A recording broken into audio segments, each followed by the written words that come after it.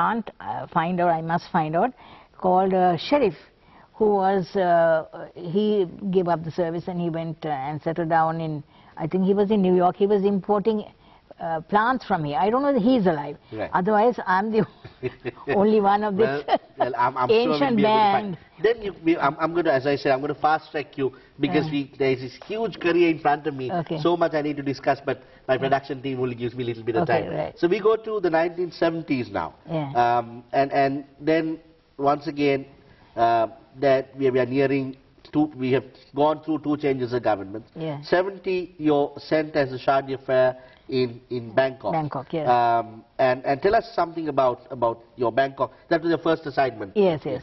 I must say I was quite petrified because I had always, I mean, for the first time I was a head of mission, even though it was a lower level than ambassador. Yes. And I didn't know who was going to be working with me. There was no diplomatic officer actually. But I must say that, I know, you know, Thailand is a very friendly country to us because of the Buddhist connection. Yeah. And they were very, very supportive, and my staff as well. And then the thing is that I realized that I always, I mean, I remember when I was there, the Supreme Patriarch died of an accident, and I did all the pujas and everything. I represented Sri Lanka as a Buddhist country in another Buddhist country. I did all the relevant things, though I'm a Christian. But when I said that I was a Christian, they appreciated it all the more. Yes. So I was very pleased. Yes. And I got on very well with the Thai staff, and that was what mattered most. Yeah. And the Sri Lankan crowd was excellent. Yes. You had a visit by the Queen at the time, was that? Yes.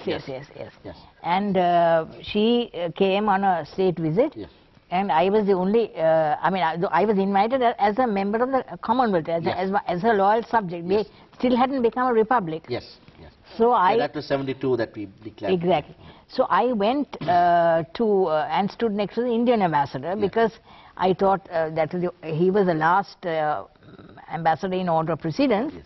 So I thought I knew the order, so I stood there. But the photographer thought I was his wife, and spouses are not allowed. Yes, and then there was an occasion where, once again, I'm quoting from your book, where the photographer goes to Her Majesty and says that should that wife be in the photograph? And then she said, don't worry, everything is okay. Because Her Majesty knew that you were representing Sri Lanka. Yeah. Well, then we have to discuss your amazing efforts, I must say.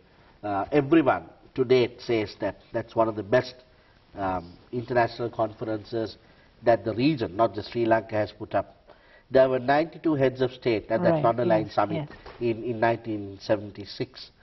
And 74 you become chief of protocol. And this huge assignment is landed on you. Talk to us through about the non-aligned summit. Well, this was again fortuitous because I never expected it, because I was happily in economic affairs. When somebody, I think, who had an ulterior motive, which I don't want to go into, virtually forced me into being chief of protocol. So I thought to myself, well, I went to him and said, look at me, I'm bigger than you. And don't try to shove me away like you did the previous chief of protocol, because I'm determined to show that a woman can do it. And what I did was, I decided to, you know how it is, Sri Lankans? If you don't write it down and give it to them, they say, "Ane madam, mam danne naha ne meka karanna thiyena." So what I did, there's a very, very intelligent clerical officer. I got hold of him, and both of us looked at all the areas we had to cover, separated them, and tabulated it. Made a manual. Like protocol manual for the non-aligned only.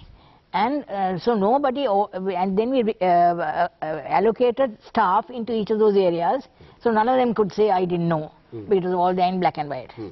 And I rehearsed them for 2 years, from 74 when I was appointed to 76.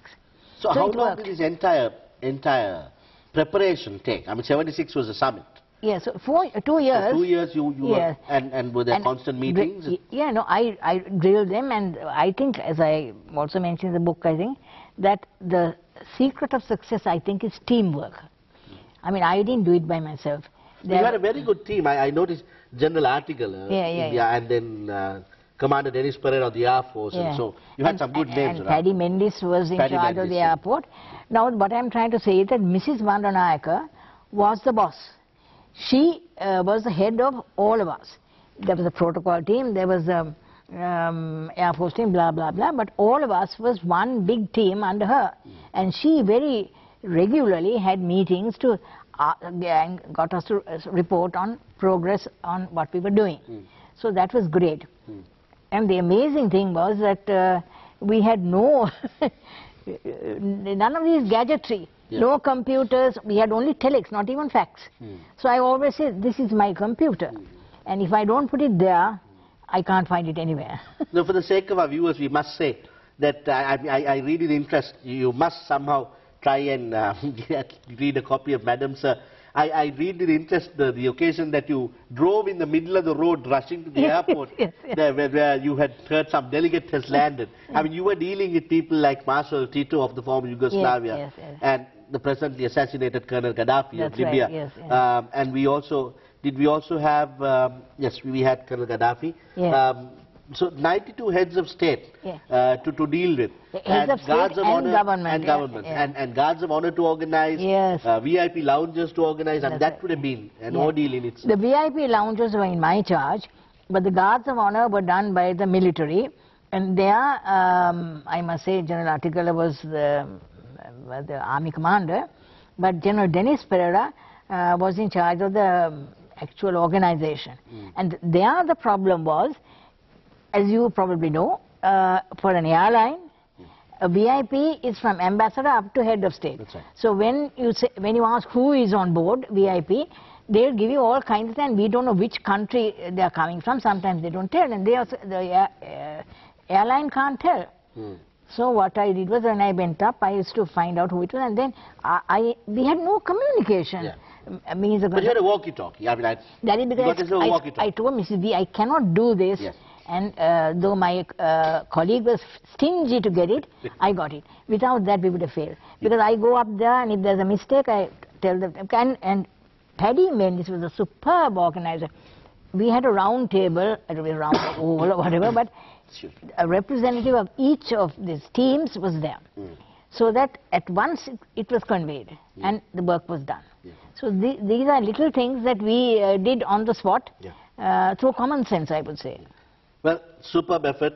I remember much later on, as students of international relations, we used to read only. We were never probably just toddlers at the time, but we used to read of this entire non-aligned summit of 1976, and it's a privilege and an honor to sit with the person who was head of protocol at the time today and discuss it. So well done on behalf of all Sri Lankans watching. Thank you. Very well done. Mrs. Abhisekara, then I'm going to fast track you once again to 1977. Once again, we have a government change. Now, as we know, in Sri Lanka, and as indeed the rest of Asia, perhaps, we have this tendency when governments change, public servants change. For what reason, we do not know. But all governments tend to keep those close to them, and others end up pushing papers and pens in some ministry.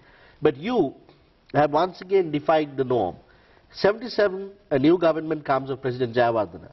But then immediately in 80, you are appointed ambassador to Thailand. But 77 to 80, you continue working at the ministry, and you also hold your position. Were you not seen as a Bandaranaike stooge or SLFP stooge? I mean, surely this... Actually, none of us ever felt anything like that, because we were not interested in politics. Not only I, the men were also very, very interested only in doing a job. Now, the thing is that I thought that, I felt rather, that people were saying, now, that I am Mrs. Bandanaike's right-hand woman. So I told everybody, if you think I introduce VIPs to Mrs. Bandanaike from the right side, well, I'm her right hand. If I introduce on the left side, so you take your pick. I was not, I was only working with her as the boss. And she appreciated what we did. And we went to her and got advice, and she helped us all the time. She was very quick at deciding things. You know, like lightning. And the only other person I can think of like that is Mr. Premadasa. You present a problem, immediately she will decide. Like when Mr. Gaddafi was not arriving at the time he was scheduled to arriving late, I went up to her and said, Madam, now what can we do?